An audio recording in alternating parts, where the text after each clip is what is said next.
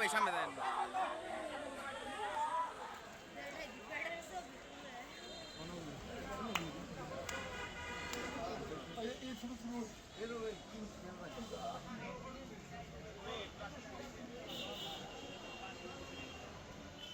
চারটা 55 বা 5টার দিকে সংবাদ পাই অনুমান যে উপকূল গাড়ি আমাদের প্ল্যাটফর্মে আসছে এবং ছাদের উপরে একজন লোক মৃত অবস্থায় আছে।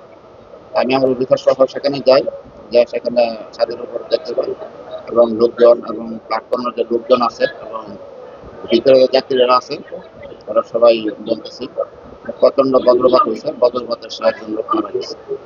তারপর আমরা ডেড বডি আমাদের নামা নিজের হেফাজতে নিয়ে আসি, তার শনাক্ত আমরা করতে পারছি। তার আইডি কার্ড পাওয়া গেছে, তার নাম হলো সজীব সরকার, বাড়ি হলো রায়পুরা।